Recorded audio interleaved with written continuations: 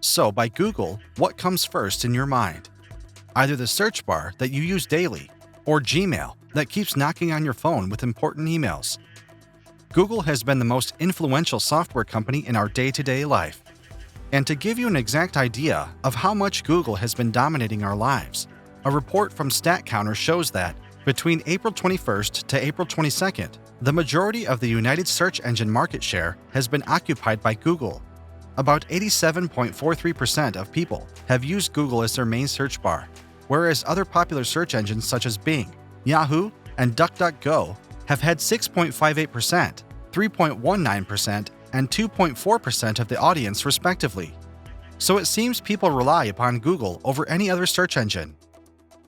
But in terms of hardware, we don't think Google might want to discuss that. That's because Google has a wide range of hardware collections, and none of them is hugely popular. So the question is, why does such a dominant company in software keep struggling with hardware? In our video today, we will be discussing the reasons behind Google's scrambling in hardware over the years. So without further ado, let's dive in.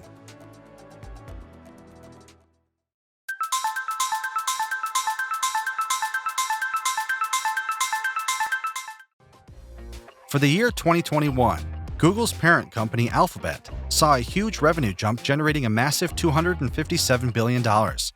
This was almost a 41% increase over the previous year.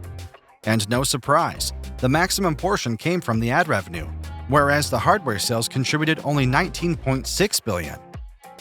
And the hardware section consists of multiple brands as well.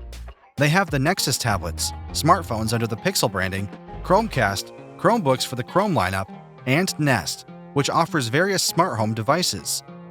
Even with all these combined, Google managed to generate only $6.1 billion in profit. That's kinda absurd, right? On the contrary, the ad revenue from different software and partnership alone makes Google the most substantial company. While Google keeps trying harder to step up in the hardware market, it doesn't seem to be enough or anywhere near. So what's pulling them backwards? First, Google has been competing with its own partners. They have provided the best operating system for Samsung, and yet have their Pixel smartphone lineup to compete with them at the same time. And how's it going? Google hasn't been able to get even close to what Samsung and Apple have provided so far. If you look at the USA smartphone market share, you won't even find Google in the top 5 smartphone brands. A report from Statista shows that the top smartphone places are acquired by companies like Apple, Samsung, LG, and even OnePlus, but Google isn't close to them. Besides, with its very own Tensor chipset, Google seems to have lost track completely. All you can get from the Pixel smartphone is the better camera quality, that too with better machine learning. And obviously, the camera isn't the only concern when buying a smartphone. Thus, you have the answer. Another tremendously failed product from Google was the Google Glass. This was expected to revolutionize the industry with its augmented reality features. With the Glass, you would get instant updates and also show directions to your preferred place. But people who used this product were considered the dumbest, also referring to them as glass holes. So you already can understand how flop of a product the Google Glass was.